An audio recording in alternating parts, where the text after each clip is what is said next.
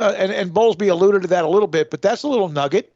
For example, in the extension of the current deal would pick up at $450 million less 35%, not what they're getting now, which in 2022, $3 million. So there's an extra $25 million minus 35%, but then distributed.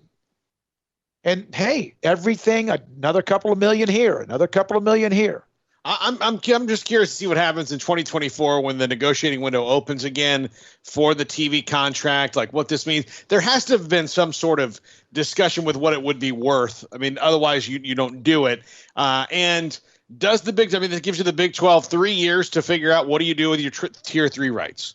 What do you do with those? Do you do a network like everybody else does? Is that really worth it if you're not the SEC? Because I'm not sure.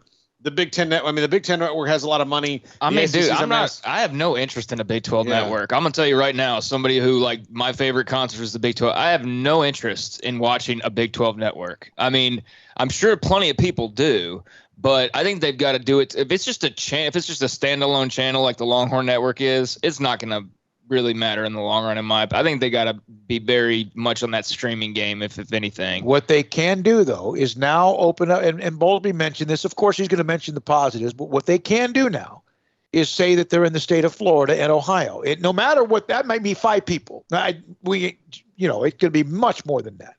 But the teams that join, as Brandon was just mentioning, the 4 new members, if they join in 2023, which is pretty much the timeline, they will get 50% share because of the exit payout, which the Big 12 will help them with that, and then they'll get it back with the 50% share, and then the Big 12 keeps the others.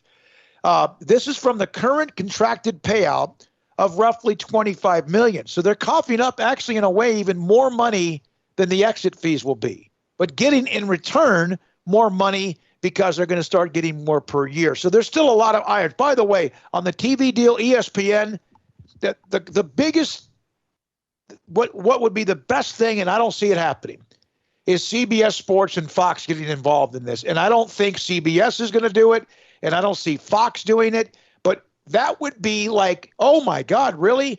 And I don't see that. But if either one of them were to do that, I think that would be at least a little bit more good news. But again, I don't expect that to happen. CBS seems a little bit more likely to me in that they have, Paramount Plus that they're going to want to put things on. And that might be Fox does not have its own, like they're not as deep into, they've got apps and they stream, but they're not as deep into that as everybody else is yet. And plus Fox as a company just had a big sell-off, and so to me that meant they were getting so deep in the weeds when it came to live sports broadcast. I mean, they're down to, several basic networks. They sold a lot. I mean, they sold FX off to Disney. They sold a lot of different things off in their, including the regional sports networks. So I don't think that they're big into that right now. I would think the ones that you want to talk to are Amazon and Apple, and really get them involved. If you can get Amazon or Apple involved, and that really changes things, because